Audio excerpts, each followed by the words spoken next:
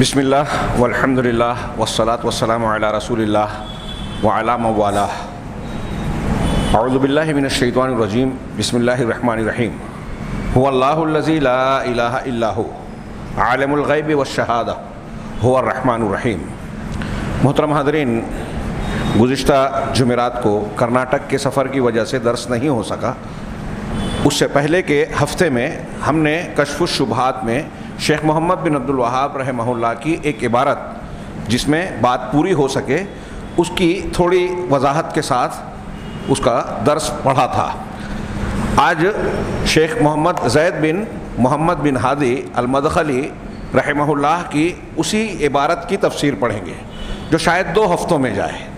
پہلی بات جو شیخ محمد بن عبد الوہاب نے اس عبارت میں کہی تھی جسے ہم نے پچھلے درس میں جانا تھا کہ جب تم کو یہ بات معلوم ہو گئی کہ کفار، جاہل کفار بھی لا الہ الا اللہ اور اس سے متعلقہ بعض امور کا جو پچھلے دروس میں ذکر ہوا اس کا معنی اچھی طرح سے جانتے تھے. اور پھر شیخ نے یہ کہا تب انتہائی تعجب کی بات ہے کہ آج ہمارے یہاں بہت سارے لوگ جو اسلام کا دعویٰ کرتے ہیں، اپنے آپ کو مسلمان کہتے ہیں، وہ لا الہ الا اللہ کے معنی سے ناآشنا اور ناواقف ہیں. یہی نہیں بلکہ مسلمانوں میں کتنے ایسے ہیں جو بڑے ماہر عالم بنتے ہیں، ماہر بنتے ہیں، کتابیں تصنیف کرتے ہیں، لیکن آپ انہیں دیکھیں گے کہ وہ لا الہ الا اللہ کی تفسیر وہ کرتے ہیں جو اللہ تبارک و تعالیٰ کی توحید ربوبیت سے تعلق رکھنے والی بات ہے کہ اللہ تبارک و تعالیٰ کے سوا کوئی روزی نہیں دیتا، کوئی موت و حیات کا مالک نہیں ہے، کوئی اور تدبیر کائنات نہیں کرتا. یہ لا الہ الا اللہ کی شرح میں معنی میں کہتے ہیں، جبکہ لا الہ الا اللہ کا معنی یہ ہے ہی نہیں. یہ بالکل صحیح ہے، اللہ رب ہونے میں بھی وحدہ لا شریک ہے، وہی زندگی موت دیتا ہے، نظام چلاتا ہے، سارے کام وہی کرتا ہے کائنات کے. لیکن لا الہ الا اللہ کا معنی ہے کوئی معبود برحق اللہ تعالیٰ کے سوا نہیں ہے. عبودیت اور بندگی کے معاملات کو صرف اللہ پر منحصر کرنا اس کلمہ شہادت کے معنی میں شامل ہے.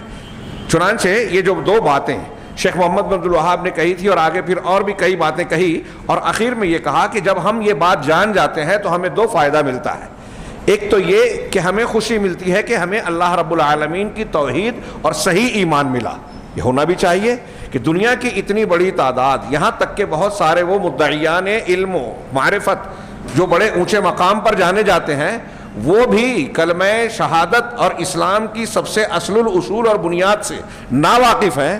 تو اس سے بڑی خوش قسمتی کیا ہوگی کہ ہم اور آپ کو اللہ رب العالمین ان لوگوں میں شامل فرمائے جو اس کلمے کا معنی اور مفہوم کو جانیں اور اس کے تقاضے کو سمجھ کر اسے اختیار کریں.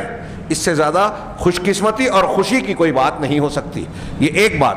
دوسرے، اسی کے ساتھ بہت بڑا، جب ہمیں یہ چیزیں معلوم ہوگی جو بیان کی گئی ہیں تو ہمارے دل میں ڈر پیدا ہوگا، بہت بڑا ڈر، کہ یہ توحید ہے جو تمام رسولوں کا دین ہے. اس دین کے علاوہ اللہ کسی بندے سے کوئی اور دین قبول کرے گا ہی نہیں، اور اس کی ضد شرک ہے. اگر شرک اکبر پر انسان مر گیا توبہ کیے بغیر تو وہ کبھی جہنم سے باہر نہیں نکلے گا، اور اس کا کوئی بھی نیک عمل اللہ کے یہاں قابل قبول نہیں ہوگا. اور یہ شرک بندہ لا الہ الا اللہ کو نہ سمجھ کر کوئی ایسی حرکت کرتا ہے یا زبان سے کوئی ایسا کلمہ نکال دیتا ہے جس سے توحید کی مخالفت اور لا الہ الا اللہ کی خلاف ورزی ہو جاتی ہے تو وہ شرک میں پڑ جاتا ہے. تو اس سے ڈر پیدا ہوگا. میں نے اشارہ کیا تھا کہ سیدنا ابراہیم علیہ الصلوۃ والسلام عید الاضحیٰ اور حج کے موقع پر بار بار ہم دہراتے ہیں، جن کا ذکر کرتے ہیں، توحید کے امام الموحدین نبی کریم صلی اللہ علیہ وسلم کو کہا گیا کہ آپ کی ملت کی پیروی کیجیے. وہ دعا کرتے ہیں وَجْنُبْنِي وَبَنِيَّ أَن نَعْبُدَ الْأَصْنَامَ، کہ پروردگار مجھے اور میرے بیٹوں کو اس بات سے بچا کہ ہم بتوں کی پرستش کریں. میں نے کہا تھا کہ غور کیجئے، ہم میں سے کوئی شخص جو بہت کمزور، حضرت ابراہیم علیہ السلام کے ایمان و توحید کے مقابلے میں ہمارا کوئی مقابلہ ہی نہیں ہے. ہم اور آپ، ہم سے اگر کوئی سوال کرے کہ کیا بتوں کو پوجو گے تو ہم کیا جواب دیں گے؟ کم از کم عام حالات میں تو کوئی مسلمان اس کا تصور نہیں کر سکتا، اور یہی کہے گا کہ جان چلی جائے بت پرستی نہیں کریں گے. سیدنا ابراہیم دعا مانگ رہے ہیں، مطلب اس سے ڈر رہے ہیں کہ میں شرک میں پڑ جاؤں. تو انسان کو سب سے زیادہ جس چیز سے ڈرنا چاہیے وہ شرک ہے۔ شیخ محمد عبدالوہاب نے یہی بات اپنی عبارت میں کہی، یہ آگے آئے گی۔ پہلی بات کہ کفار جاہل کفار بھی اسے جانتے تھے، اور تعجب کی بات ہے کہ بہت سے مسلمان اور ماہرین بھی اس سے ناواقف ہیں۔ اس کی شرح شیخ زید بن علی نے کرتے ہوئے بیان کیا کہ عرب کے لوگ یعنی جو کفار مکہ اور مشرکین مکہ کہتے ہیں، انہوں نے لا الہ الا اللہ کے معنی کو بڑی اچھی طریقے سے جانا تھا۔ اس پر قرآن اور متعدد احادیث کی بہت ساری دلیلیں ہیں۔ جب ان سے پوچھا جائے کہ آسمان و زمین کو کس نے پیدا کیا تو کہتے ہیں اللہ۔ پھر رسول اللہ صلی اللہ علیہ وسلم نے جھگڑا کس بات کا تھا؟ پیدا کرنے والا، کائنات کا نظام چلانے والا اللہ مانتے تھے، قرآن خود کہہ رہا ہے، لیکن جھگڑا کس بات کا تھا؟ ابو طالب نے یہی کلمہ نہیں پڑھا، اسی کلمے کو پڑھنے کے لیے ابو جہل نے اور اس کے ساتھی نے ابو طالب سے یہ کہا کہ کیا تم یہ کلمہ اس کلمے کا اقرار کر کے اپنے باپ عبد المطلب کے دین کو چھوڑ دو گے؟ کتنی صاف دلیل ہے اس بات کی کہ ابو جہل لا الہ الا اللہ کا معنی یہ سمجھ رہا ہے کہ اگر ایک بندہ اسے قبول کرتا ہے تو اس کا مطلب یہ ہوا کہ وہ دوسرے دین کو، شرک کو، دوسروں کی عبادت کو رد کر رہا ہے۔ اگر آپ نے یہ کلمہ کہا تو باپ دادا کے دین سے پھر جائیں گے، یہ ابو جہل بھی سمجھ رہا ہے۔ اور آج ہمارے یہاں بہت سارے لوگ ایسے ہیں جو لا الہ الا اللہ کا اقرار کرتے ہیں، دعویٰ کرتے ہیں، اور دوسرے لوگوں کے دین کو، شریعت کے طریقے کو اور دوسروں کے بتائے ہوئے معاملات کو شریعت کی طرح قبول کرتے ہیں۔ تو ابو جہل ان سے زیادہ لا الہ الا اللہ کے معنی کو سمجھنے والا ہوا کہ نہیں ہوا؟ یہی بات کہہ رہے ہیں کہ کفار مکہ اس کو جانتے تھے، لیکن معنی کو جان کر بھی، سمجھ کر بھی، اللہ کی ربوبیت کا اقرار کرنے کے باوجود بھی انہوں نے محض کفر اور عناد، تکبر کی بنیاد پر، گھمنڈ کی بنیاد پر، ہٹ دھرمی کی بنیاد پر اسے قبول نہیں کیا۔ کہ یہ کلمہ جس نفی اور اس بات پر مشتمل ہے، لا الہ الا اللہ کے یہ دو رکن ہیں، نفی، لا الہ، کوئی معبود نہیں، انکار، سارے لوگوں کی، کائنات کی تمام لوگوں کی معبودیت کا انکار، الا اللہ، اللہ کی معبودیت کا اقرار، یہ اس بات ہے، پہلا حصہ نفی ہے۔ تو اس نفی اور اس بات کے معنی کو وہ سمجھتے تھے، لیکن تکبر اور عناد کی بنیاد پر اسے قبول نہیں کیا۔ میں کوشش کروں گا کہ شیخ زید کی عبارت کا خلاصہ پیش کروں، اس لیے کہ کافی طویل بحث ہے اور وقت میں سمٹ جائے۔ چنانچہ مؤلف رحمہ اللہ شیخ کہتے ہیں کہ ذکر کرتے ہیں کہ کفار نے لا الہ الا اللہ کے کلمے میں جو نفی اور اس بات کا معنی تھا اسے تو قبول کیا، اس کو اچھی طرح سے سمجھ لیا، لیکن اس کی انقیاد اور تسلیم کرنے سے جو جس معنی پر وہ دلالت کر رہا ہے اسے ماننے سے انکار کیا۔ کیوں؟ عناد، حسد، تعصب کی وجہ سے، کہ یہ چیز، یہ کلمہ اگر ہم کہتے ہیں تو جو ہمارے باپ دادا بت پرستی، اصنام اور اوثان کی پرستش کیا کرتے تھے، ہم گویا اس کو رد کر رہے ہیں، باپ دادا کا رد کر رہے ہیں، ان کے مخالف جا رہے ہیں۔ اس عصبیت کی بنیاد پر، گھمنڈ کی بنیاد پر، ہٹ دھرمی کی بنیاد پر انہوں نے قبول نہیں کیا۔ چنانچہ شیخ آگے کہہ رہے ہیں کہ پچھلے دروس میں ہم نے بیان کیا کہ لا الہ الا اللہ کے ارکان کیا ہیں، شرطیں کیا ہیں، اختصار کے ساتھ بیان کیا۔ لہٰذا ہر طالب علم، میں یہاں ایک جملہ پڑھاؤں، ہر طالب علم بلکہ ہر مسلمان، مرد ہو یا عورت، اس کے لیے ضروری ہے کہ وہ اس بات کا علم اچھی طریقے سے حاصل کرے، اسے اچھی طریقے سے جانے، لا الہ الا اللہ کے معنی کو، ارکان کو، اس کی شرائط اور تقاضوں کو، تاکہ وہ دیگر مسائل علم کی بنیاد اس صحیح اصل اور بنیاد پر قائم کر سکے، اور لا الہ الا اللہ کے ارکان اور اس کے شروط کے ساتھ اس کی حفاظت کر سکے۔ اسی طریقے سے محمد رسول اللہ جو کلمے کا دوسرا، شہادتین کا دوسرا حصہ ہے، دوسری شہادت اور گواہی ہے، اس کو بھی سمجھے، اس کے ارکان و شروط اور معنی اور مفہوم کو، حقوق و تقاضے کو سمجھے۔ اسی طریقے سے وہکذا بقیۃ الاصول، اسی طریقے سے باقی جتنے بھی اصول ہیں یہ دین کے 3 مراتب کو اپنے اندر سمیٹے ہوئے ہیں۔ وہ 3 مراتب کیا ہے؟ ایک مرتبہ اسلام، ایک مرتبہ ایمان، ایک مرتبہ احسان۔ پہلا درجہ ہم جب کلمہ پڑھتے ہیں اسلام کا ہے، پھر اس سے آگے ایمان کا ہے، پھر اس کے آگے احسان کا ہے. اس کی تفصیلی بحث نہ کرتے ہوئے اختصار سے میں یہاں تذکرہ کروں کہ اسلام ظاہری طور پر ہم مسلمان ہو رہے ہیں، اقرار کر رہے ہیں، ایمان دل کے اندر جو باطنی چیزیں ہیں، اور احسان ان دونوں کو اعلیٰ درجے کا اور خوبصورت بنانا، صاف شفاف اور اونچے درجے کا بنانا. ان دونوں کو، یہ 3 درجات ایمان اسلام کے ہیں جو حدیث جبرائیل میں مذکور ہیں. کہہ رہے ہیں کہ ہر فریضہ اور ہر واجب، شریعت میں جتنے بھی فرائض اور واجبات بیان کیے گئے ہیں وہ سب ان 3 مراتب کے ضمن میں داخل ہیں. یعنی تمام فرائض اور واجبات پر اسلام لانا، یعنی ان کو تسلیم کرنا، سر جھکانا. تمام ارکان پر جو شریعت کے ہیں ان پر ایمان رکھنا، یعنی دل سے ماننا. اور ان دونوں مقامات کو جو منصوص علیہ ہیں، ان دونوں مقامات کو احسان کے ساتھ سنوارنا اور اعلیٰ درجہ دینا، جس کا تذکرہ، جس پہ نص پیش کی گئی ہے حضرت جبرائیل علیہ السلام کی حدیث میں. حضرت جبرائیل علیہ السلام اللہ کے رسول کے پاس آئے. بخاری مسلم کی بڑی مشہور حدیث ہے حدیث جبرائیل.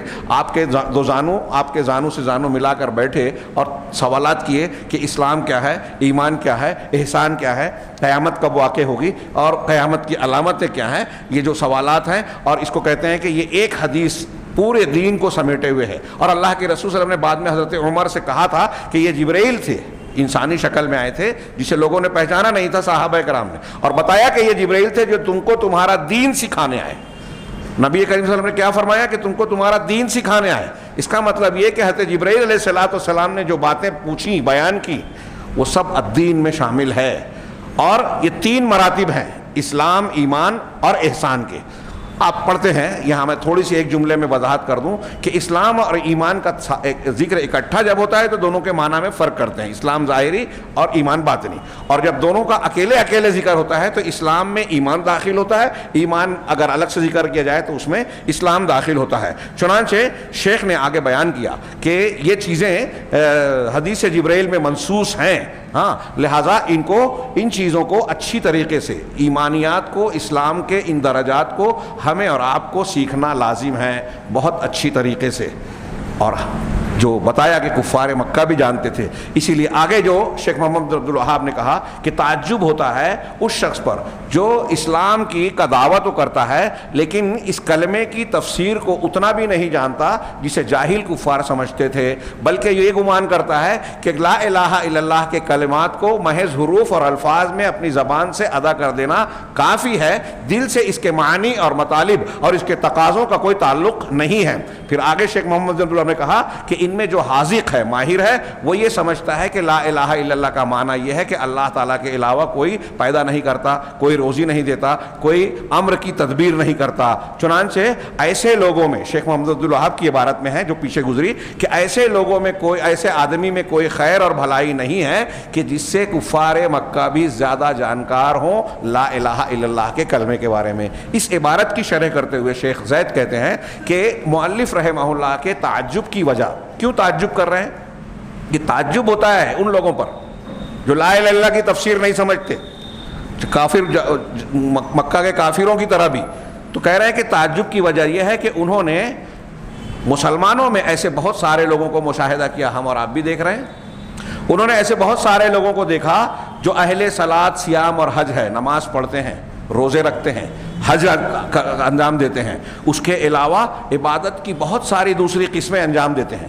آج دیکھیے نا مسلمانوں میں یہ ماحول بنا ہوا ہے، فضائل پر خوب زور دیا جاتا ہے، اور نبی نے، پیغمبر نے، تمام انبیاء کرام علیہ السلام نے جس چیز سے شروعات کی، جس پر سب سے زیادہ زور دیا، اور ان کی دعوت کی بنیاد، خلاصہ، ابتدا، انتہا جس چیز پر تھی، جو محور اور بنیاد تھی دعوت کی، اس کو فراموش کر دیا.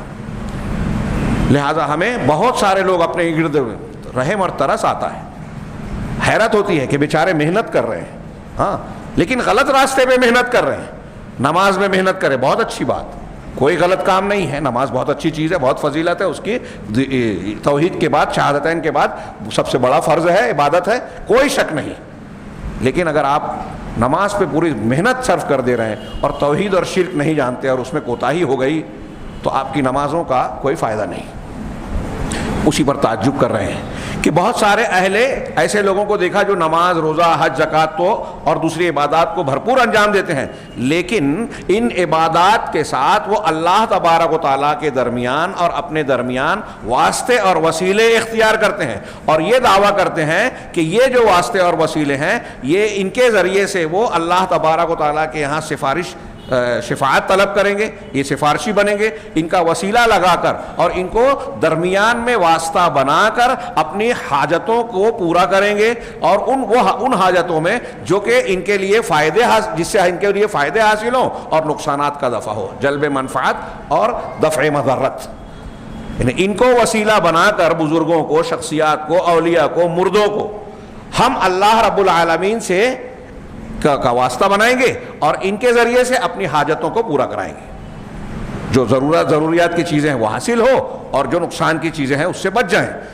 کہہ رہے ہیں کہ فہؤلاء الجہال، شیخ کہہ رہے ہیں، شیخ زید، یہ جاہل لوگ جو کہ اسلام کی طرف اپنی نسبت رکھتے ہیں، ایسے جاہل لوگ جو نماز، روزہ، حج، زکوٰۃ کر رہے ہیں لیکن واسطے اور وسیلے بنا رہے ہیں اور یہ عقیدہ رکھتے ہیں کہ یہ واسطے اور وسیلے ہمیں اللہ سے فائدے کی چیزیں دلائیں گے اور نقصان سے بچائیں گے، وہ خود طاقت رکھتے ہیں، یہ عقیدہ ہو یا یہ مانتے ہو کہ یہ دلا دیں گے، اللہ دینا نہیں چاہتا یہ دلائیں گے، تب بھی شرک اکبر ہے۔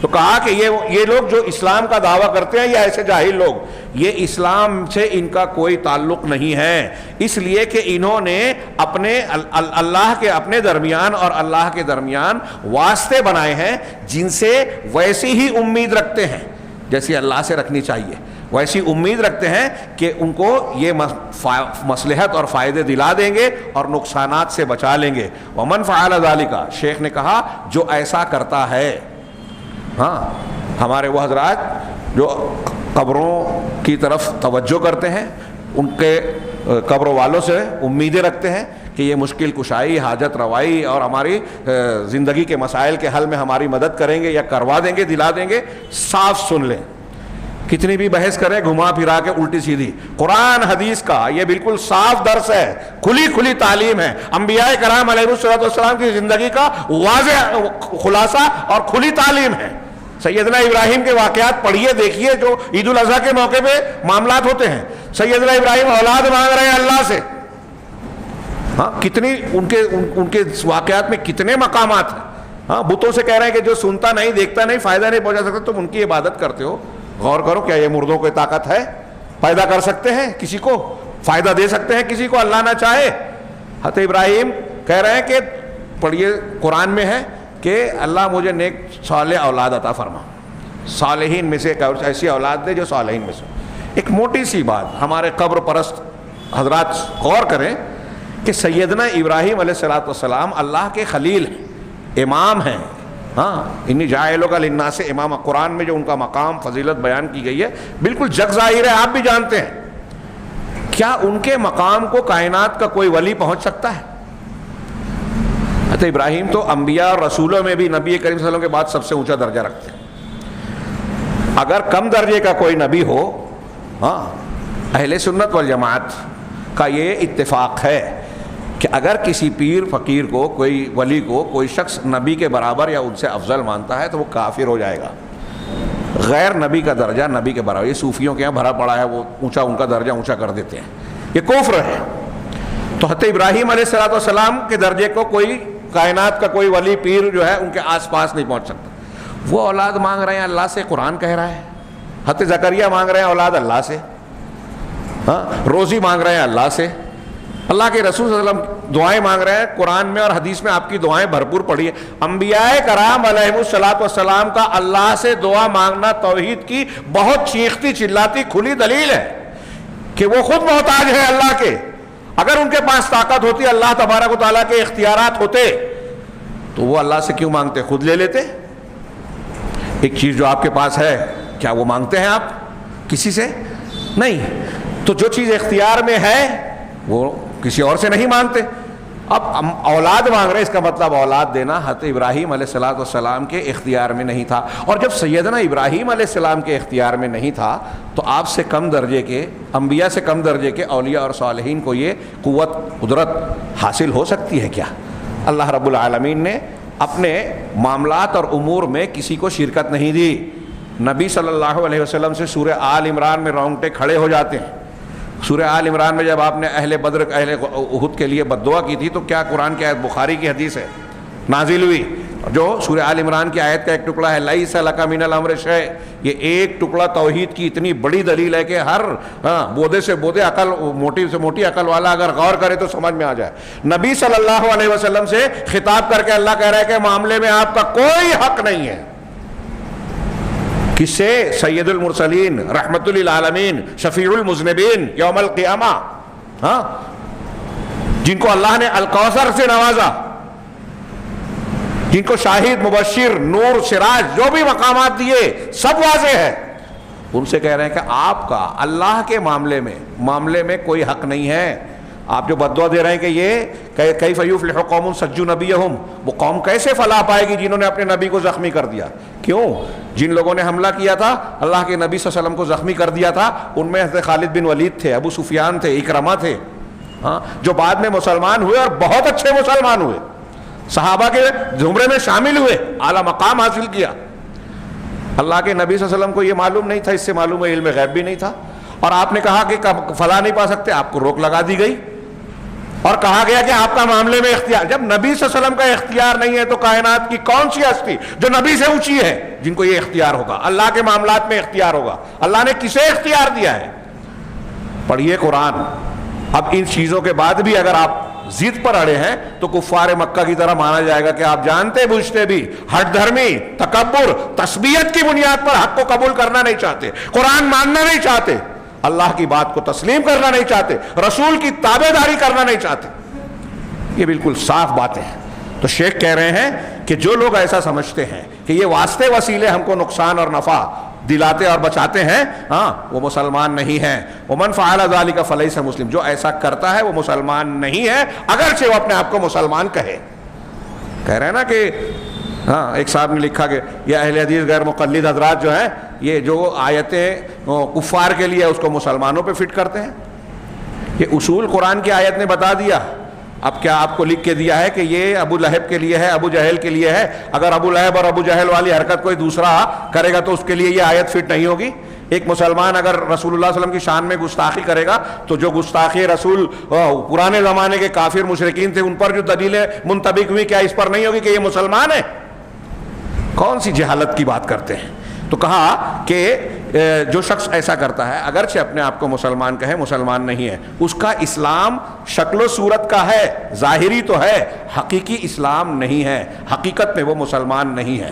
چنانچہ شیخ زید کہتے ہیں کہ مؤلف یعنی شیخ محمد بن عبد الوہاب اس بات پر ان لوگوں سے تعجب کرتے ہیں جو نماز پڑھتے ہیں, روزے رکھتے ہیں, ان کے پاس بڑی بڑی عبادتیں ہیں اور خوب عبادتیں ہیں, ذکر و اذکار کرتے ہیں, محنتیں کرتے ہیں, لیکن انہوں نے لا الہ الا اللہ کا معنی نہیں سمجھا جو ان تمام چیزوں کی نفی کرتا ہے جو اللہ تبارک و تعالیٰ کے علاوہ سے لوگ عبادات کے تعلق جوڑتے ہیں. لا الہ, کوئی معبود نہیں ہے, اس کا مطلب کسی سے وہ معاملہ نہیں کیا جائے گا جو بندگی اور عبادت کے شکل میں اللہ کے لیے کیا جاتا ہے. کتنی سیدھی صاف بات. اس کلمے کے بغیر آپ اسلام میں داخل نہیں ہو سکتے. اب جب اللہ کے لیے جو امور تعبدی اور عبادات انجام دیے جاتے ہیں ان میں سے کوئی ایک عمل اگر آپ کسی دوسرے کے لیے کر رہے ہیں تو آپ لا الہ الا اللہ کا رد کر رہے ہیں.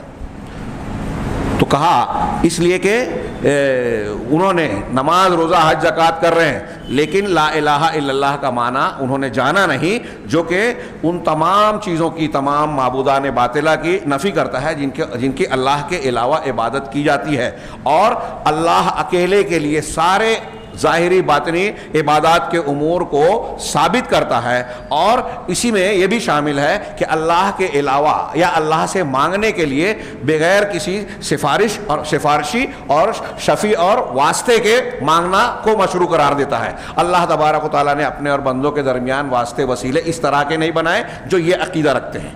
زندے سے دعا کی جا سکتی ہے, ہاں, کوئی شخص ایسا, ابھی آگے اس کی وضاحت آئے گی, کہ زندہ جس پر طاقت رکھتا ہے آپ اس سے وہ مانگ سکتے ہو, جس پر طاقت نہیں رکھتا وہ نہیں مانگ سکتے.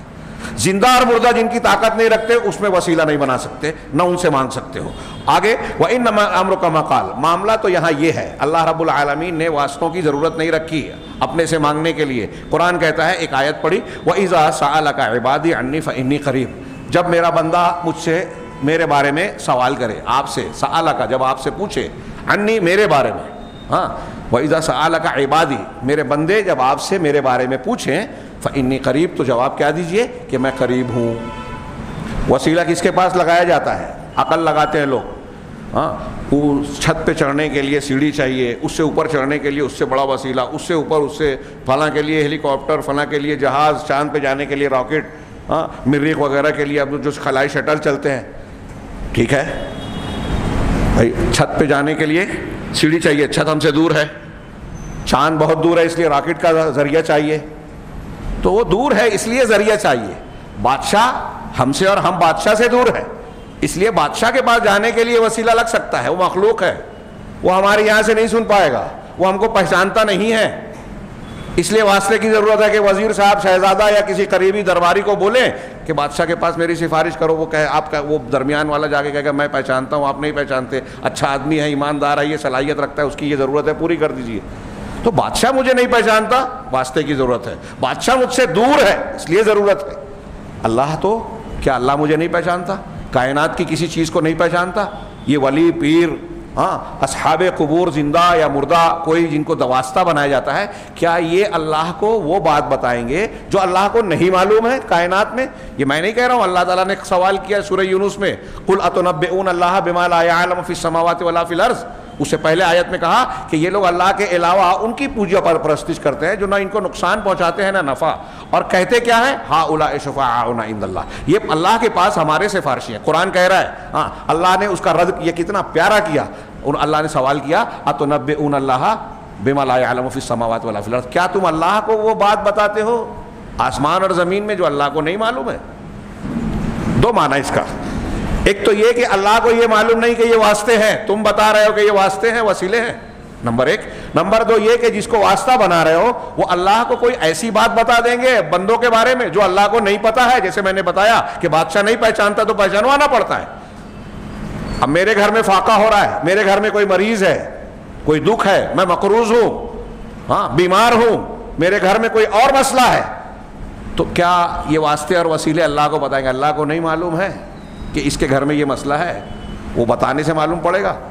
آپ عقل لگاتے ہو نا، عقلی طور پہ اللہ تبارک و تعالیٰ کے لیے دماغ نہ لگاؤ، لا تضربوا للہ الامثال، اللہ کے لیے دنیا کی مثالیں مت دو، اللہ مخلوق کی طرح نہیں ہے، ایک بات۔ اور یہاں جو آیت میں کہا کہ اللہ کہہ رہا ہے، خود فرما رہا ہے کہ جب میرا بندہ مجھ سے میرے بارے میں سوال کرے تو تم کہو کہ میں قریب ہوں۔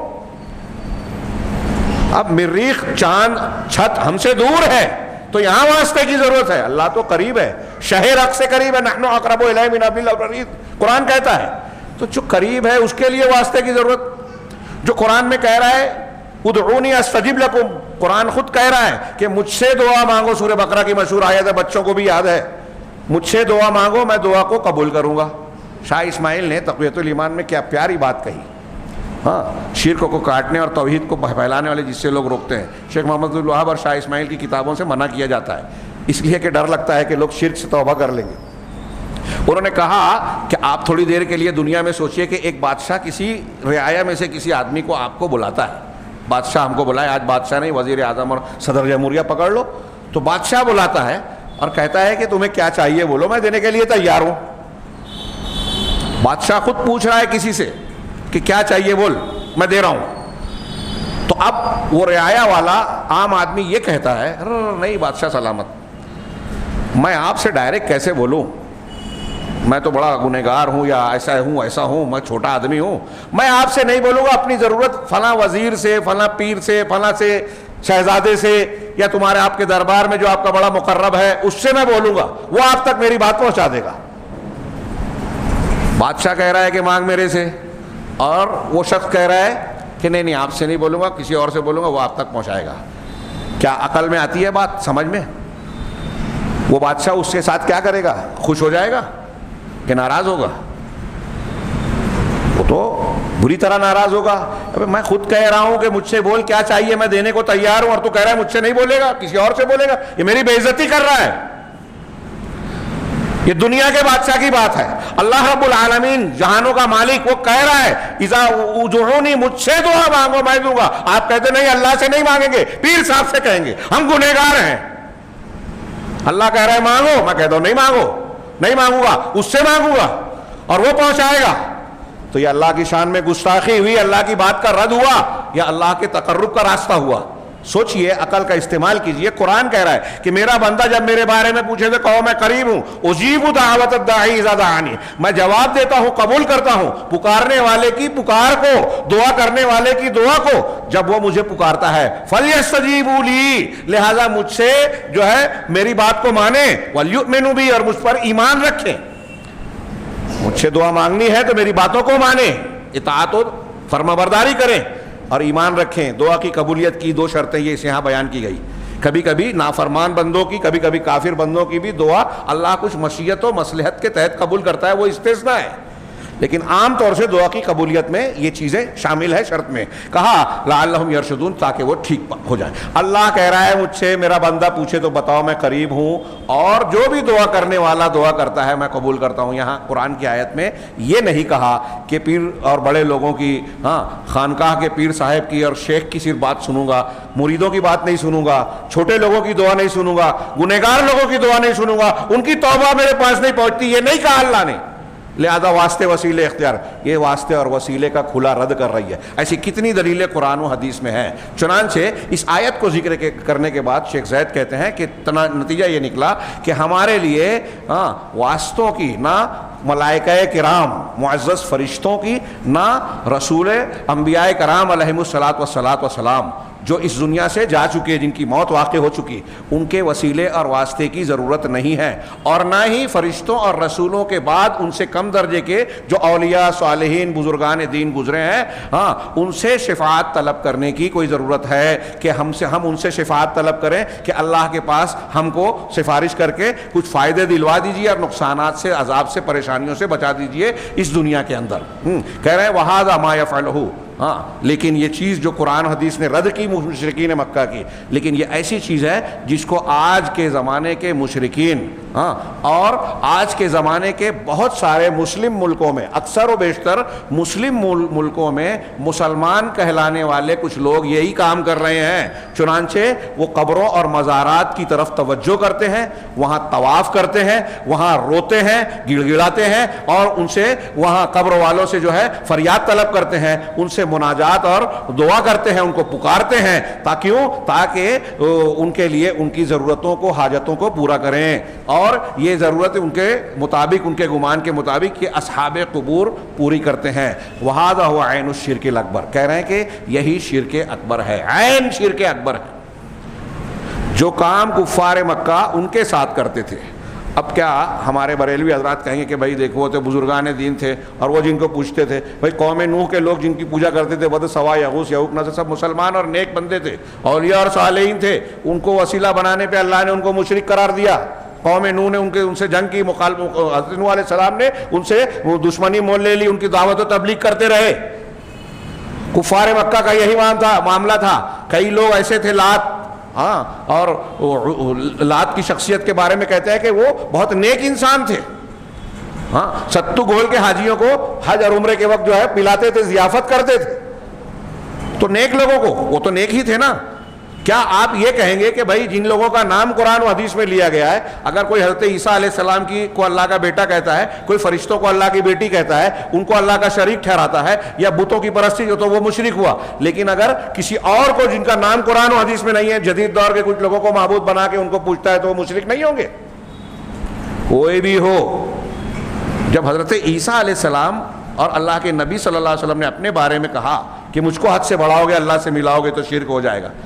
حضرت عیسیٰ علیہ السلام کو پوچھنا، تو پھر حضرت عیسیٰ علیہ السلام کو ان کے درجے سے بڑھا کر اللہ سے ملانا اگر شرک اور کفر ہے، تو بزرگان دین بعد کے جو ہے ان کو آپ حد سے بڑھا کے اللہ سے ملا رہے ہو، اللہ کی خصوصیات میں ان کو بھی شریک ٹھہرا رہے ہو، تو کیا بنے گا؟ تو شیخ وہی کہہ رہے ہیں کہ آج اکثر مسلم ملکوں میں یہ چیزیں ہو رہی ہیں. وَهَذَا هُوَ عَيْنُ الشِّرْكِ الْأَكْبَرِ. یہ وہی عین شرک اکبر ہے جس کی وجہ سے نبی صلی اللہ علیہ وسلم نے مشرکین سے قتال اور جنگ کی، اور جس کی وجہ سے وہ بھی سبھی اولئک الکافرون، اور یہی جس کی وجہ سے یہ وہ کافر ہیں جن کے قالوا فی حق معبوداتہم، جنہوں نے اپنے معبودوں کے حق میں خود یہ کہا تھا ما نعبدہم الا لیقربونا الی اللہ زلفیٰ، یہ آج کے قبر پرست بزرگوں کی قبروں کا طواف کرنے والے، وہاں حاجت مانگنے والے، نظر و نیاز کرنے والے، طواف کرنے والے جو قبروں پر کر رہے ہیں، یہی چیزیں اسی عقیدے کے ساتھ مکہ کے کفار اللہ اپنے بتوں کے ساتھ کرتے تھے. اور وجہ کیا بتاتے تھے، اس کی دلیل کیا دیتے تھے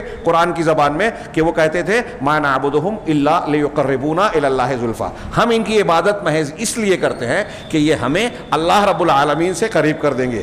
کس سے قریب ہونا چاہتے تھے؟ اللہ سے. مطلب اصل میں کس کو مان رہے ہیں؟ اللہ کو. پھر بتوں کو کیا مان رہے ہیں؟ واسطہ مان رہے ہیں. کتنی صاف تعلیم ہے سورہ زمر کی آیت نمبر 3، کتنی کھلی ہے، موجود ہے. پھر اس کے بعد انہوں نے تشریح کرتے ہوئے کہا کہ کفار مکہ گویا کیا کہہ رہے ہیں کہ ہم ان کی عبادت اس لیے کر رہے ہیں کہ یہ ہم کو اللہ سے قریب کریں گے. ہم یہ عقیدہ نہیں رکھتے، یہ شرح کے طور پر کہہ رہے ہیں کہ ہم یہ عقیدہ نہیں رکھتے کہ ان بتوں کے پاس، مردوں کے پاس قدرت ہے، پیدا کرنے کی قدرت ہے، وہ موت دے سکتے ہیں، روزی دیتے ہیں. ہم ایسا عقیدہ نہیں رکھتے کہ ان کے اندر جن کو پوج رہے ہیں روزی دینے، پیدا کرنے، زندہ کرنے کی طاقت ہے، بلکہ ہم ان کے بارے میں یہ عقیدہ رکھتے ہیں کہ یہ ہمارے سفارشی اور واسطہ بنے اللہ کے پاس ہماری حاجتوں کو پورا کرنے کے لیے، ہماری حاجتوں کو قضائے حاجات میں یہ اللہ کے پاس ہمارا واسطہ بن جائیں اور سفارشی بن جائیں. انہوں نے یہ نہیں کہا کہ اللہ رب العالمین کو کی طرح ہم ان کو پیدا کرنے والا، روزی دینے والا مانتے ہیں. کیوں؟ کیونکہ جو شخص ایسا کرے گا تو ایسا کہتا، اگر وہ لوگ کہتے تو ایسا کہنا ان کا اتنا کھلا جھوٹ رہتا کہ ان کا جھوٹ بالکل واضح ہو جاتا. کہ کیوں؟ کیونکہ واقعہ ہر عقل والا ان کا رد کر دیتا اور واقعات اس کی تردید کر دیتے کہ بل من ادعا. جیسے مثال کے طور پہ اگر کوئی شخص آج یہ کہے کہ وہ پیدا کرتا، یہ بت پیدا کرتے ہیں، موت دیتے ہیں، روزی دیتے ہیں، تو کوئی کہتا کہ ٹھیک ہے ایک کوئی چیز پیدا کر کے بتائیں سامنے، یہ فقیر ہے، یہ محتاج ہے، اس کو روزی دے کے بتائیں، اس کی ضرورت پوری، یہ مردہ ہے ایک کو زندہ کر کے بتائیں. تو کفار مکہ نے بھی ایسا دعویٰ نہیں کیا، اپنے بتوں کے بارے میں وہ یہ نہیں کہتے تھے. لیکن ہمارے یہاں جو جھوٹی واقعات اور حکایات بیان کی جاتی ہے نا، اولیاء اور صالحین کے بارے میں ایسے تصرفات کو منسوخ کر دیا کہ شیخ عبد القادر جیلانی نے یا فلاں بزرگ نے فلاں کو کہا قم باذن حضرت عیسیٰ کہتے تھے کہ اللہ کے حکم سے اٹھو. یہ مردے کو بولا، ایک مرغی کو بولا کہ میرے حکم سے اٹھ جا، وہ کٹی ہوئی کھائی ہوئی تھی، اٹھ کے دوڑنے لگی. ایک قوال کی قبر پہ کہا تو قوال جو ہے قوالی گاتا ہوا قبر سے باہر آ گیا. انا للہ و انا الیہ راجعون. یہ عقیدہ جو اس طرح کا بیان کیا جاتا ہے کہ فلاں بزرگ، شیخ، کتب، ابدال کائنات کا نظام چلاتے ہیں اور یہ کرتے ہیں، تصرفات کرتے ہیں، کسی کو دے سکتے ہیں، کسی سے چھین سکتے ہیں، جب چاہیں کرامت کا مظاہرہ کریں، کرامت کھیلیں، ایسے عقیدے رکھتا ہے جو شخص، وہ کفار مکہ سے آگے بڑھ گیا ہے بدعقیدگی میں. کفار مکہ اپنے بتوں کے بارے میں یہ نہیں کہتے تھے کہ جس طرح اللہ روزی دیتا ہے، زندگی موت دیتا ہے، تدبیر کائنات کرتا ہے، کائنات کا نظام چلاتا ہے، ایسی کوئی چیز بتوں میں نہیں ہے. یہ کفار مکہ مانتے تھے، قرآن کہتا ہے. تو انہوں نے یہ نہیں کہا، اور اگر ایسا کہتے تو اس کا رد ہو جاتا. کہا کہ فہم لم یقولوا ذالک، انہوں نے یہ بات نہیں کی، بلکہ وہ کہتے کیا تھے کہ اللہ هو الرزاق، اللہ ہی روزی دینے والا ہے، اللہ ہی خالق ہے، اللہ ہی زندگی دینے والا ہے، اللہ ہی موت دینے والا ہے. اور یہاں تو ہمارے یہاں لوگ اتنی جرأت کر گئے، ابھی میں جو بیان کر رہا ہوں اسے اگر قبر پرستوں میں بیان کیا جائے یا سنا جائے تو ہو سکتا ہے مجھے گالیاں دے، میں انہیں مل جاؤں تو مجھے مارے ٹھوکے، ہو سکتا ہے. لیکن غور کریں کہ کتنی بڑی گستاخی کر رہے ہیں اللہ کی اور تمام رسولوں کی، اتنا بڑا ظلم کر رہے ہیں کہ اللہ کا یہ حق جو مشرکین مکہ بھی اللہ کے علاوہ دوسروں میں نہیں مانتے تھے، یہ مان رہے ہیں. اور جرأت یہاں تک بڑھ گئی کہ ان کا شاعر یہ کہتا ہے کہ جو کیا ہے اللہ کے، میں پہلا مصرع بھول رہا ہوں، اللہ کے پہلو میں یا پلو میں کیا ہے، وحدت کے سوا کیا ہے، جو کچھ ہمیں لینا ہے لے لیں گے محمد سے، اللہ کے رسول صلی اللہ علیہ وسلم سے لے لیں گے. اللہ کے پاس کیا ہے وہ توحید اور وحدت کے علاوہ. انا للہ و انا الیہ راجعون. اتنی بڑی گستاخی ہے، میں اللہ گواہ ہے کہ مجھے یہ نقل کرتے ہوئے اندر سے ڈر لگتا ہے. تو جو لوگ عقیدے کے طور پر یہ کہتے ہیں، مانتے ہیں، ایسی گستاخیاں کرتے ہیں، انہیں ڈرنا چاہیے اللہ سے کہ انہیں اللہ کا عذاب سمیٹ ڈالے، گھیر ڈالے. تو کفار مکہ یہ کہتے تھے کہ روزی دینے والا، پیدا کرنے والا، زندگی اور موت دینے والا اللہ ہے. لیکن ہم ان بتوں کی عبادت کیوں کرتے ہیں؟ ان کو کیوں پکارتے ہیں؟ صالحین کو، بزرگوں کو ہم اس لیے ان کو پکارتے ہیں، یا ان تصویروں کو جو ہم نے بت کی شکل میں بنا رکھے ہیں، ہم ان سے دعا کرتے ہیں تاکہ وہ ہمارے سفارشی بنے اور ہمارے مطالبات کو اللہ کے جناب میں پیش کریں۔ وَيَرْفَعُ طَلَبَاتِنَا إِلَى اللَّهِ، ہماری مرادوں کو اللہ کے جناب میں پیش کریں اور اللہ اسے پورا کرے۔ یہ پورا نہیں کرتے، یہ سفارشی بنیں گے۔ چنانچہ وَهُمْ أَمْوَاتٌ، کہہ رہے ہیں کہ جب ان کے بارے میں یہ عقیدہ رکھتے تھے جبکہ وہ مردے تھے مٹی کے نیچے۔ ہاں، اب یہ بتوں کو سامنے کر رہے ہیں، ہمارے یہاں جو کر رہے ہیں وہ قبروں میں جو ہے وہ دفن ہے ان کو کر رہے ہیں جو مٹی کے نیچے ہیں اور وہ مٹی بن چکے ہیں۔ ہاں، یہ چیزیں، یہ عقیدہ کیوں ہے مسلمانوں میں؟ یہ عقل کی کمزوری کی وجہ سے، جہالت کے عام ہونے کی وجہ سے اور اللہ کے دین کو سیکھنے سے اعراض کرنے کی وجہ سے۔ یہ لوگ جتنے اس قسم کی چیزوں میں ہیں وہ اللہ کے دین کو سیکھتے ہی نہیں، پڑھنا چاہتے ہی نہیں، قرآن حدیث سے دور ہیں اور سمجھتے ہیں کہ ہمارے پاس قرآن و حدیث ہے۔ تو اللہ کے دین سے اعراض کرنے کی وجہ سے اور اپنی توحید کو مضبوط بنانے سے، جس کو اللہ تبارک و تعالیٰ نے تمام بندوں پر فرض کیا ہے، اور یہ بات آگے آئے گی کہ محققین کا یہ کہنا ہے کہ توحید اور ایمانیات کے معاملے میں تقلید نہیں چلتی، اسے سیکھنا پڑے گا۔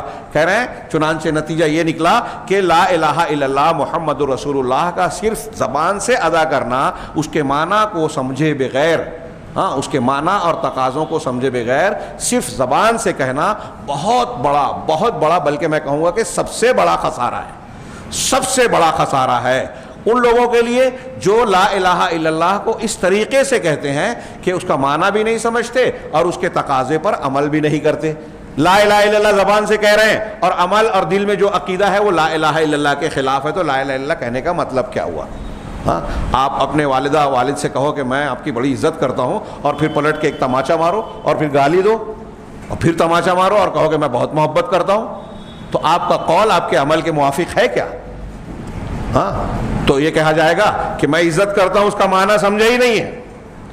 ہاں، یا تھپڑ مارتے ہوئے، گالی دیتے ہوئے عزت کو ملحوظ نہیں رکھا۔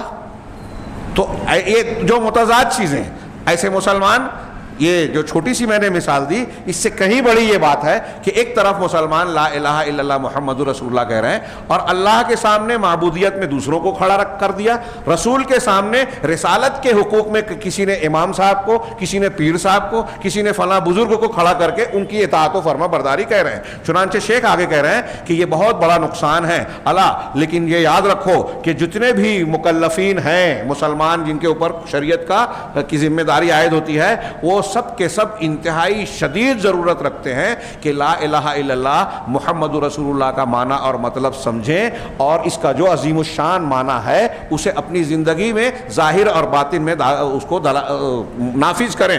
چنانچہ یہ بات ہم بیان کر چکے ہیں، شیخ زید کہتے ہیں یہ بات ہم بیان کر چکے ہیں کہ لا الہ یہ اللہ کے سوا جتنے بھی معبودان ہیں ان سب کی نفی کرتا ہے، اور الا اللہ یہ ثابت کرتا ہے اس بات کو کہ اللہ تبارک و تعالیٰ تنہا اکیلا جو ہے عبادت کے لائق ہے، اس کے علاوہ کوئی اور نہیں۔ چنانچہ فلا یبقى محل، چنانچہ جب آپ لا الہ الا اللہ کہہ رہے ہیں اور تو اس کا معنی کہہ رہا ہے کہ کوئی گنجائش نہیں ہے، کوئی مجال اور گنجائش نہیں ہے کہ آپ لا الہ الا اللہ کہنے کے بعد اللہ کے اور اپنے درمیان واسطے اور وسیلے کا عقیدہ رکھیں جن کے ذریعے سے آپ اپنی حاجتیں طلب کریں۔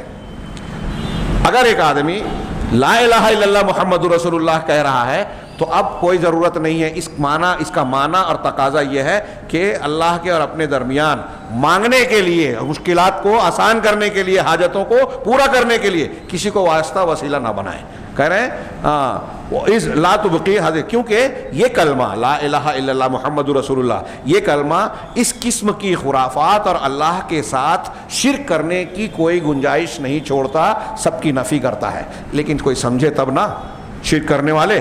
اور دوسرا کلمے کا یہ لا الہ الا اللہ کا جز ہے، اور رہا محمد رسول اللہ کی گواہی، تو یہ کہاں ظاہر ہوتی ہے کہ جب ہم محمد رسول اللہ کہتے ہیں، اس کو مانتے ہیں، تو اس کا معنی اور مفہوم تقاضا کیا ہے کہ اللہ تبارک و تعالی، اللہ کے رسول جناب محمد رسول اللہ صلی اللہ علیہ وسلم کی اطاعت کی جائے ہر اس چیز میں جس کا آپ نے حکم دیا ہے اور ہمیں اس کی قدرت ہے۔ دو باتیں کہی، جس کا آپ نے حکم دیا اس کو ماننا ہے اور اس کام کو کرنے کی ہمیں قدرت ہے، اگر قدرت نہیں ہے تو اللہ نہیں پکڑتا. ہاں، اور جن چیزوں کا حکم دیا اس کو ماننا ہے، اور جن چیزوں کی خبر دی ہے اس کی تصدیق کرنا ہے.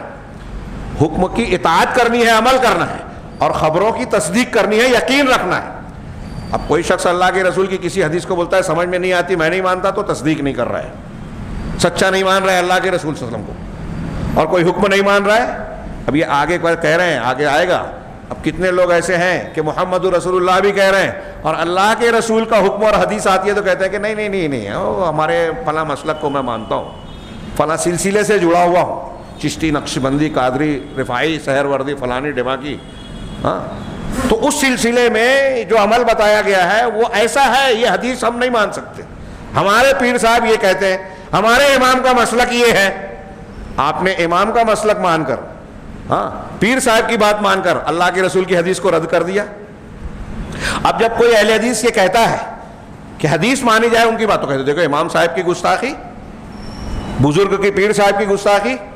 اگر حدیث ماننے سے آپ کے پیر صاحب کی گستاخی ہو رہی ہے تو پیر صاحب کی بات مان کے حدیث کا رد کرنے سے رسول اللہ صلی اللہ علیہ وسلم کی گستاخی ہو رہی ہے. کس کی گستاخی بڑی ہے؟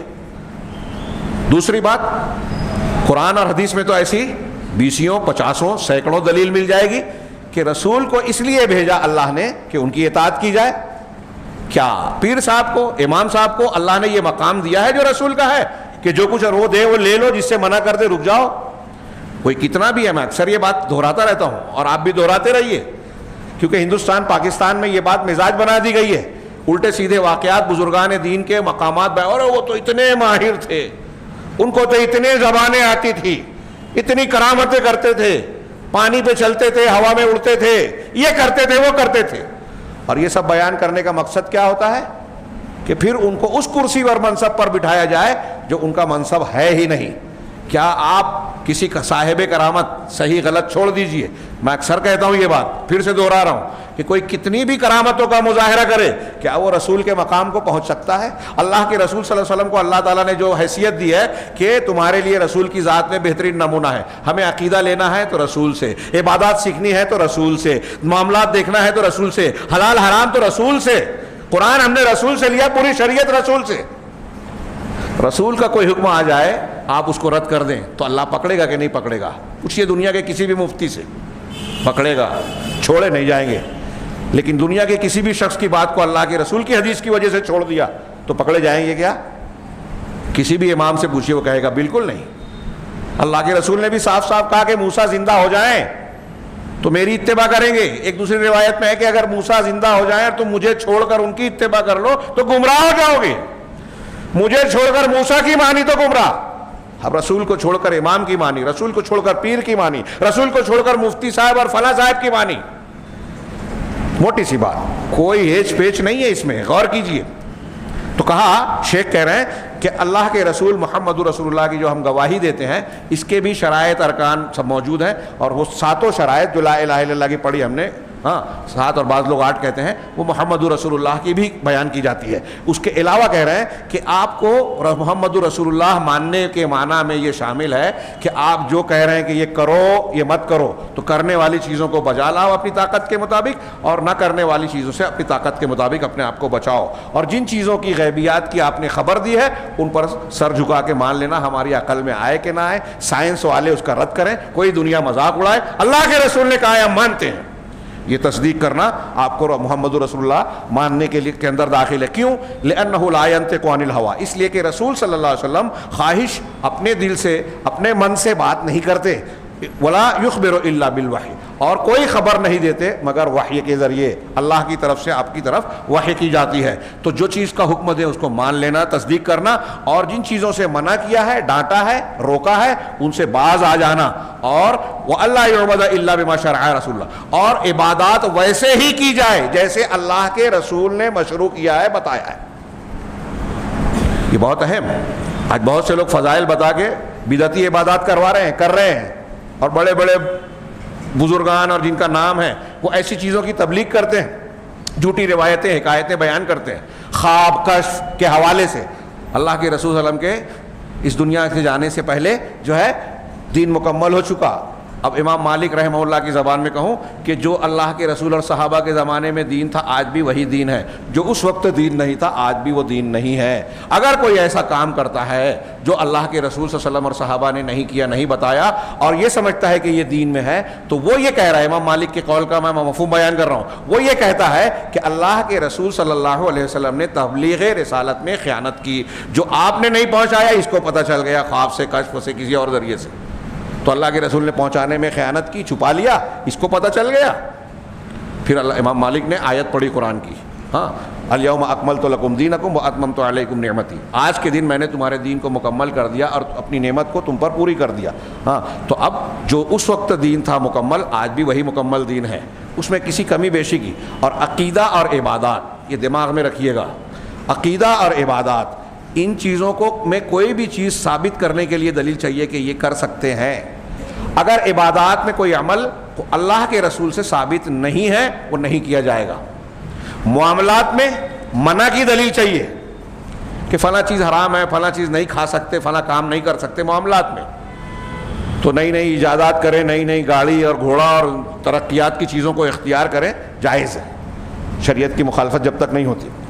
ان کی دلیل نہیں چاہیے کہ یہ قرآن حدیث میں ہے، جیسے ہمارے بولتے ہیں نا کہ پنکھا لگانے کی دلیل ہے کیا، ہاں تو اب پنکھا لگانے کی نہیں ہے تو قرآن خوانی بھی ثابت ہو گئی، تو جیسے پنکھا لگا رہے ویسے قرآن خوانی ہے کیا؟ وہ عبادت ہے، یہ معاملات ہیں، دونوں میں فرق ہے، اور دونوں کی جو ایک مثال دیتا ہے وہ جاہل ہے، دونوں میں فرق نہیں کرتا۔ تو کہا کہ اللہ کے نبی صلی اللہ علیہ وسلم نے جو مشروع کیا ہے عبادات اسی کو کرنا، وما ذالک الا، اور یہ اس لیے ہے کہ اللہ رب العالمین نے ہمیں حکم دیا ہے کہ آپ کی اطاعت کریں، آپ کی متابعت کریں، اور آپ کی اطاعت کو اللہ نے اپنی اطاعت قرار دیا، آپ کی نافرمانی کو اللہ نے اپنی نافرمانی قرار دیا۔ چنانچہ اللہ کا ارشاد ہے سورہ نساء کی مشہور آیت کہ من یطع الرسول فقد اطاع اللہ، جو الرسول کی، محمد صلی اللہ علیہ وسلم کی اطاعت کرے گا، ہاں جو رسول کی اطاعت کرے گا فقد اطاع اللہ، تو اس نے اللہ کی اطاعت کی۔ ومن تولا، اور جو منہ پھیرے گا، پیٹ پھیرے گا، اور آپ کی بات کو نہیں مانے گا، عقل میں نہیں آتی، پیر صاحب یہ کہتے ہیں، امام صاحب یہ کہتے ہیں، میرا مسلک یہ ہے، فلاں کا خواب یہ ہے، فلاں کا کشف یہ ہے، یہ دماغ میں نہیں آتی، لوگ مذاق اڑاتے ہیں، جو پیٹ پھیرے گا، تولا کے معنی میں سب ہے، چاہے جس وجہ سے، ہاں فما ارسلناک علیہم حفیظا، تو پھر ہم نے آپ کو ان پر نگہبان بنا کر نہیں بھیجا کہ زبردستی کرے، پھر اللہ ان سے سمجھے گا۔ وقال سبحانہ، اور اللہ سبحانہ و تعالیٰ یہ بھی فرماتا ہے قل ان کنتم تحبون اللہ فاتبعونی، آپ کہہ دیجئے کہ اگر تمہیں اللہ سے محبت ہے، محبت کرتے ہو اللہ سے محبت کے دعوے میں سچے ہو تو میری اتباع کرو۔ اللہ سے محبت کا دعویٰ زبان سے کافی نہیں ہے، اس کا معیار اور کسوٹی یہ ہے کہ آپ اتباع رسول کریں، اتباع رسول کی اللہ سے محبت کے قرآن معیار دے رہا ہے۔ اب تم جب ایسا کرو گے تو نتیجہ کیا نکلے گا؟ یحببکم اللہ، اللہ تم سے محبت کرے گا۔ اب ہم اور آپ چاہتے ہیں کہ اللہ ہم سے محبت کریں تو رسول کی اتباع اس کا ایک راستہ ہے جو اللہ نے خود بتایا، وَيَغْفِرْ لَكُمْ ذُنُوبَكُمْ، صرف اتنا ہی نہیں کہ اللہ محبت کرنے لگے گا تم سے، تم کو پسند کرنے لگے گا، بلکہ تمہارے گناہوں کو معاف کر دے گا، واللہ غفور الرحیم، اور اللہ بہت بخشنے والا نہایت مہربان ہے۔ جب مسلمان ان معانی کو اختصار کے ساتھ بھی جان جائے گا تو اس کے لیے کفا ہو بشرط، تو اس کے لیے کافی ہو جائے گا اس شرط کے ساتھ کہ اس معنی کو سمجھنے کے بعد اس شرط کے ساتھ اس کے لیے لا الہ الا اللہ محمد رسول اللہ کا جاننا کافی ہوگا کہ وہ اس کے تقاضے کو اپنے عمل میں نافذ کرے اور اپنے دل کو اللہ اکیلے سے جوڑے، نہ اس کی طرف کوئی اور پناہ گاہ تلاش کرے، نہ کوئی اور ٹھکانہ، اور نہ ہی اس کے اور اپنے درمیان کسی کو واسطہ بنائے کہ فلاں کو میں واسطہ بنا کے اس سے فائدہ حاصل کروں گا اور نقصان سے بچ جاؤں گا، ان چیزوں میں جس پر اللہ کے سوا کسی کی قدرت نہیں ہے۔ اگر میں آپ سے کہتا ہوں کہ پانی لا دیجئے، مجھے پانی پینا ہے، میں کھڑا نہیں ہو پا رہا ہوں، دو لوگ سہارا دے کے مجھے جو ہے نیچے پہنچا دیجئے، آٹو میں بٹھا دیجئے، ہاں، یا اس طرح کی کوئی مدد جو آپ کر سکتے ہیں میں آپ سے مانگ رہا ہوں، میں کر سکتا ہوں آپ مجھ سے کہہ رہے ہیں، تو اس میں یہ شرک نہیں ہوا۔ جس کی انسان طاقت قدرت نہیں رکھتا، جیسے ایک آدمی بیمار ہے، ہاں ڈاکٹر بھی اس کو شفا نہیں دے سکتا، علاج اور تدبیر کرتا ہے، تو اب کوئی کہے کہ آپ شفا دے دیجئے، تو شفا دینا میری قدرت یا کسی انسان اور کسی مخلوق کی قدرت میں نہیں ہے۔ ڈاکٹر بھی اپنی تدبیر کرنے کے بعد کہتا ہے کہ ہم جو کر سکتے تھے کیا، اب اوپر والے کے ہاتھ میں۔ یہ توحید کی دلیل ہے، شفا دینا کسی کے ہاتھ میں نہیں ہے۔ تو جس پر انسان کی طاقت نہیں ہے اس میں کسی کو واسطہ وسیلہ نہ بنایا جائے، اللہ کے سوا کسی سے نہ مانگا جائے، اور اگر یہ زندہ ہے اگر اور اگر وہ مردوں میں سے کوئی شخص ہے، پیر صاحب، ولی صاحب، تو اس سے کسی بھی شکل میں اس سے دعا مانگنا، اس سے مطالبہ کرنا جائز نہیں ہے۔ جو انسان میں آپ سے کہہ رہا ہوں پانی لا دیجئے، تو یہ زندہ سے جو آپ کر سکتے ہیں جائز ہے، لیکن کسی مردے سے کہوں کہ پانی پلا دو مجھے، یہ جو آپ سے بولنا جائز ہے، یہ مردے سے بولنا جائز نہیں ہے۔ تو اس سے قطعی طور سے نہ ان چیزوں پر جس پر مخلوق، زندہ مخلوق طاقت رکھتا ہے، وہ چیزیں مانگنا مردے سے جائز ہے، اور نہ ہی وہ چیزیں جس پر مخلوق طاقت نہیں رکھتے کبھی بھی۔ وخیر خلق اللہ رسول اللہ۔ ہاں یہ بات لمبی ہے، میں یہ آخری پیرا پیش کر کے بات کو سمیٹتا ہوں۔ وہ کہتے ہیں کہ مخلوق میں سب سے بہترین، سب سے اونچے درجے کے مقام رکھنے والی ذات رسول اللہ صلی اللہ علیہ وسلم کی ہے، لیکن لا یجوز لأحد، کسی کے لیے جائز نہیں ہے کہ وہ آپ صلی اللہ علیہ وسلم کی طرف کسی بھی طلب اور دعا کے ساتھ متوجہ ہو، آپ سے دعا مانگے رسول اللہ صلی اللہ علیہ وسلم سے، چاہے وہ دنیا کی کوئی ذرہ برابر چیز ہو یا دین کی کوئی چیز ہو۔ کہہ رہے ہیں لأنہ ماتا، اس لیے کہ اللہ کے رسول صلی اللہ علیہ وسلم کی موت حقیقی موت ہوئی ہے۔ شیخ زید کہہ رہے ہیں، زید ابھی یہ بات ہندوستان پاکستان میں اللہ کے رسول صلی اللہ علیہ وسلم کے لیے بولنے میں لوگ ہچکتے ہیں، چڑتے ہیں، ناراض ہو جاتے ہیں، پردہ کر گئے۔ کیا مطلب پردہ کر گئے؟ قرآن حدیث میں کہاں کہا گیا کہ اتخذ غطاء یا کچھ اس طرح کا لفظ؟ پردہ کرنے کا کیا مطلب؟ یہ بدعقیدگی ہے۔ جو لوگ کہتے ہیں وہ توبہ کریں۔ ہمارے یہاں بریلوی حضرات تو بریلوی حضرات، بہت سے دیوبندی بھی کہتے ہیں، اور سنتا سنتے بہت سارے اہل حدیث بھی کہنے لگتے ہیں۔ یہی جہالت کی دلیل ہے، نہیں جانتے ہمارے یہاں بہت سے لوگ۔ پردہ کرنا بولنا غلط، وصال بولنا غلط۔ اللہ کے رسول وصال یعنی مل گئے اللہ سے جا کے۔ تو کہہ رہے ہیں کہ اللہ کے نبی صلی اللہ علیہ وسلم کی بھی وفات اور موت حقیقی موت ہوئی ہے۔ آپ سے دنیا کی کوئی ذرہ برابر چیز یا دین کی کوئی ذرہ برابر چیز مانگنا جائز نہیں ہے۔ کہہ رہے ہیں لأنہ، اس لیے کہ آپ کی موت حقیقی ہوئی ہے۔ ہاں آپ زندہ ہیں، لیکن آپ کی زندگی برزخی زندگی ہے، وَهُوَ حَيٌّ حَيَاتً برزخیہ، اور آپ زندہ ہیں برزخی زندگی، لیکن برزخی زندگی دنیاوی زندگی سے مختلف ہے۔ یہ تمام اہل سنت والجماعت کا مذہب ہے، نہ کہ اہل خرافات کا، جو یہ کہتے ہیں کہ رسول اللہ صلی اللہ علیہ وسلم اب بھی ویسے ہی زندہ ہیں جیسے دنیا میں زندہ تھے۔ آج کچھ لوگوں کا حیاتی مماتی والا جو ان کا اختلاف بھی چلتا ہے، اور وہ یہ کہتے ہیں محفل میلاد میں آتے ہیں، ہماری سنتے ہیں وغیرہ وغیرہ، اور کسی نے تو اس میں انتہائی غلو کرتے ہوئے الٹی سیدھی باتیں کی، میں اس کو دہرانا نہیں چاہتا کہ برزخی زندگی میں بھی رسول اللہ صلی اللہ علیہ وسلم کے کیا کیا معاملات ہوتے ہیں۔ گستاخی کی بہت سارے لوگوں نے، اور اس کو وہ عزت سمجھتے ہیں۔ تو یہ کہہ رہے ہیں یہ اہل سنت کا ہمارا عقیدہ ہے۔ رسول اللہ صلی اللہ علیہ وسلم کی موت ہو چکی، تمام صحابہ، تابعین، تبع تابعین، تمام ائمہ یہی مانتے ہیں، اور ہم بھی اہل حق یہی مانتے ہیں۔ کہا ولہذا، اسی وجہ سے صحابہ کرام ان کے زندگی میں ہم دیکھتے ہیں کہ رسول اللہ صلی اللہ علیہ وسلم کی وفات کے بعد صحابہ کرام پہ بہت سارے ہموم آئے، غم آئے، پریشانیاں آئی، قحط سالیاں آئی، دکھ آئے، خشک سالی آئی، اور آپس کے بہت سارے اختلافات اور لڑائیاں بھی ہوئی جو ان کے زمانے میں حاصل ہوئی، لیکن صحابہ اور تابعین میں سے کسی ایک کے بارے میں بھی یہ معلوم نہیں ہے، ثابت نہیں ہے کہ ان میں سے کوئی ایک شخص نبی صلی اللہ علیہ وسلم کی قبر مبارک کے پاس گیا ہو اور اپنی پریشانی میں آپ سے فریاد طلب کی ہو، اپنا دکھ پیش کیا ہو، آپ کو وسیلہ بنا کر جو ہے مسائل کو، مشکلات کو حل کرنے کے لیے یا استسقاء کے لیے آپ سے مطالبہ کیا ہو کہ بارش برسانے کے لیے سفارش کیجیے اللہ سے۔ لم یعرف ھذا ابدا، یہ کبھی بھی یہ بات نہیں جانی گئی، اس لیے کہ ان لوگوں نے توحید کو بالکل مضبوط بنایا تھا، اور شرک کے جتنے بھی شکلیں ہیں سب سے صحابہ کرام پاک اور اونچے تھے۔ اللہ کے رسول نے ان کی ایسی تربیت کی تھی، اور شرک کے صرف طریقے اور اعمال ہی سے نہیں بلکہ ان چیزوں سے بھی صحابہ کرام بہت دور تھے، تابعین بہت دور تھے جو شرک کا ذریعہ بنتے ہیں، شرک کے قریب لے جاتے ہیں۔ اس کے باوجود فإنہم یعرفون، اس کے باوجود یہ کوئی نہ سمجھے کہ اللہ کے رسول صلی اللہ علیہ وسلم کی گستاخی ہے یہ، وہ لوگ اللہ کے رسول صلی اللہ علیہ وسلم کی قدر و منزلت اور آپ کے سب سے اعلیٰ مقام کو خوب پہچانتے اور جانتے تھے، چنانچہ انہوں نے رسول اللہ صلی اللہ علیہ وسلم کو آپ کے اس مقام سے اونچا نہیں بنایا جو اللہ رب العالمین نے آپ کو دیا تھا، اور آپ کو اس مقام سے نیچے بھی نہیں کیا۔ وَلَمْ يُسَوُّوا أَحَدًا بِرَبِّهِمْ، اور کسی بھی شخصیت کو انہوں نے صحابہ کرام نے اپنے پروردگار کے برابر نہیں ملایا، بل قدروہ حق قدرہ، بلکہ اللہ کی ویسی ہی قدر کی جیسے کہ اس کی قدر کا حق ہے۔ اس کو جو مفہوم کرے حضرت ابن عباس کی تفسیر کی زبان میں کہ اللہ کی ویسے ہی تعظیم کی جیسے اس کی عظمت اور کبریائی اور تعظیم کا حق ہے، برخلاف مشرکین کے، ہر زمانے کے مشرکین، وہ قوم نوح کے مشرکین ہو، مکہ کے ہو، بعد کے ہو یا آج کے مشرکین ہو، یہ لوگ ہمیشہ اللہ کی شان میں گستاخیاں کرتے ہیں اور اللہ کی قدر و منزلت نہیں پہچانتے، اس کی تعظیم نہیں کرتے۔ شرک کرنے والا اللہ کا سب سے بڑا گستاخ ہے۔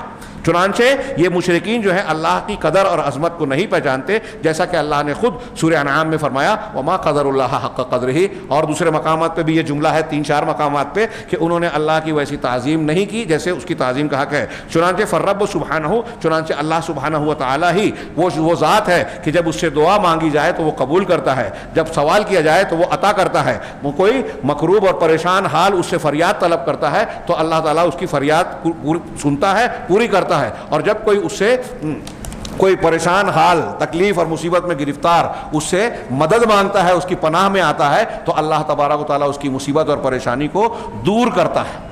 ہاں، یہاں تک شیخ زید کی تشریح ہوئی، اور اس کے بعد شیخ محمد عبد الوہاب کی جو ہے کہ جب تم یہ دل سے جان گئے، شرک باللہ کو جان لیا، تو اس کے بعد جو ہے یہ فائدہ حاصل ہوتا ہے۔ اس عبارت اور اس کی شرح انشاءاللہ ہم اگلے ہفتہ درس میں جانیں گے۔ اللہ رب العالمین سے دعا ہے کہ وہ ہمیں توحید اور شرک کو خوب اچھی طریقے سے سمجھنے کی توفیق عطا فرمائے، اور توحید کو اختیار کرنے، شرک کے تمام قسموں سے، ذرائع سے ہمیں بچنے اور اس سے محفوظ رہنے کی توفیق عطا فرمائے، اور پھر اس کی برکت سے دنیا اور آخرت میں ہر فتنے اور عذاب سے بچائے۔ وآخر دعوانا ان الحمد للہ رب العالمین، وصلی اللہ علی نبینا محمد۔